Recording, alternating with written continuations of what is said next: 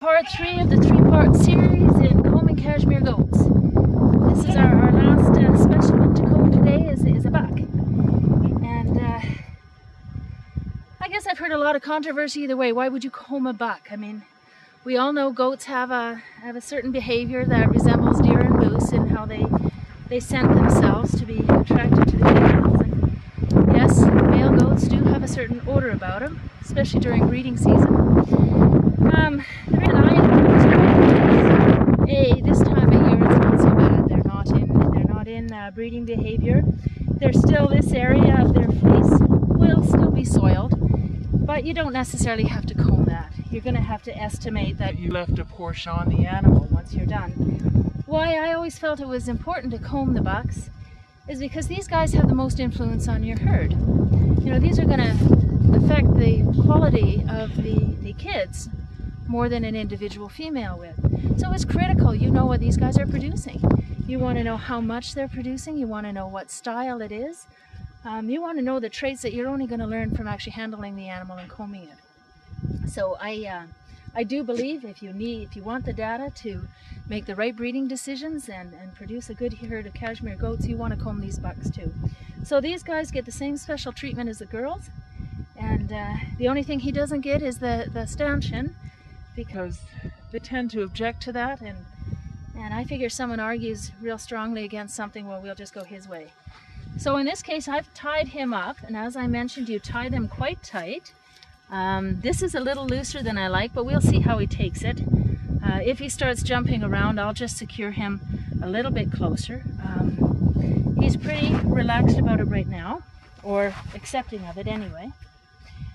So we'll start. Now, one thing I didn't mention on part 1 with the doe and part 2 with the doeling, because their fleeces were so clean, is before you start combing, if there's any bits of hay or you know, grain or whatever in the fleece, you want to get that off first before you start combing, because again, the less of any foreign material, foreign from cashmere, in your clip, better. So you want this to be a nice clean clip once it's off the animal, nice clean bag of cashmere.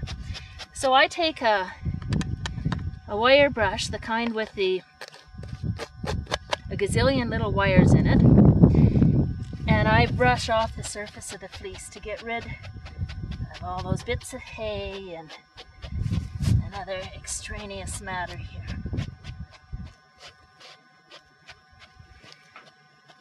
Now, got some girls on the other side of the fence to keep his mind only half on me anyway.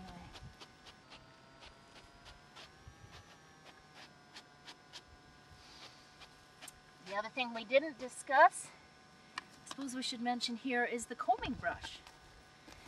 There's lots of different brushes to comb animals in the market, different styles.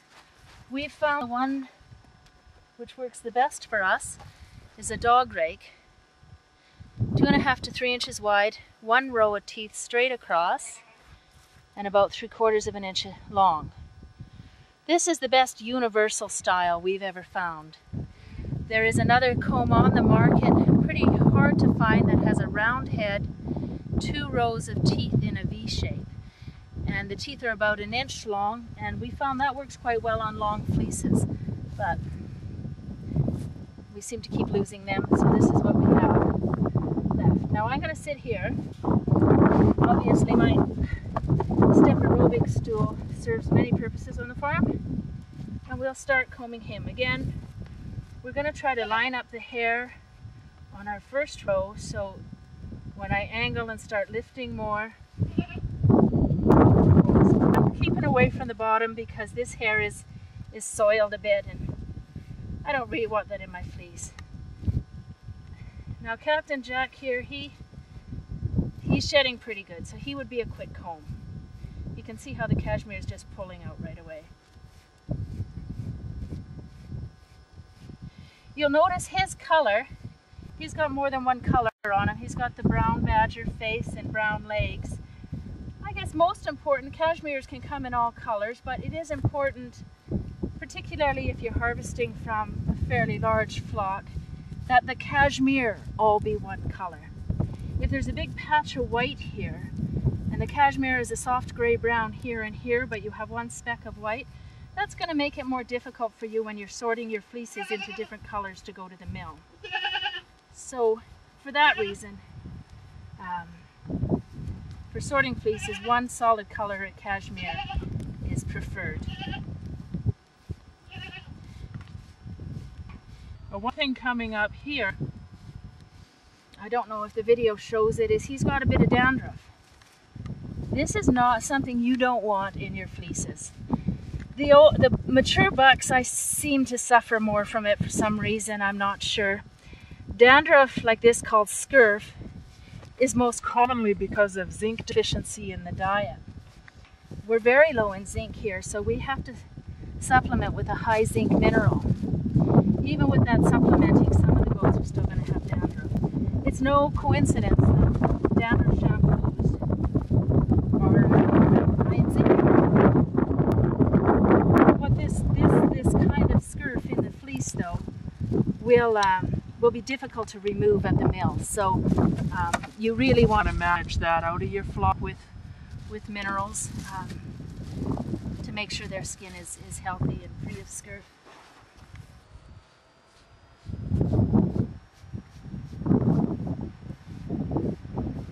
You wouldn't know it right now, but actually Captain Jack here is fairly wild. He's a range buck, and he's not handled except for vaccinations and trimming and a few times a year. But you can see he's not too worried about the combing. I think he's one that doesn't mind a bit of scratching either. And he's learned over the years. He's a few years old now. That is really good. So once I get his I'll take that and weigh it, get an estimation of his yield. I'll also class it again off here. Before we started, we would have classed, we would have measured the length and the crimp and the fineness across the body. And that information, if you're a breeder, is absolutely critical to your breeding program, because you want to be able to match the right buck to the right doe to produce quality cashmere on your offspring. If I had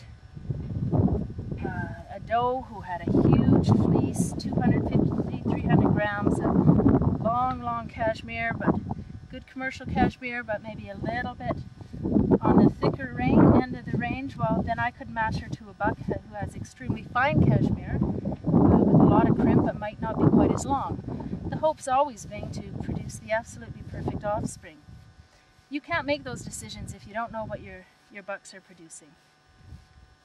You'll notice though, for this, I do have the coveralls on, and this will be the last job of the day, and it will be followed by a shower. I won't go down to the local coffee shop before that's done. So, notice you're wearing a fine apron today. I am indeed. This is my pride and joy, the Lee Valley Garden Apron, or the Lee Valley Shepherd's Apron, I guess we should call it now. Lots of pockets, all the tools are right there. It's handy.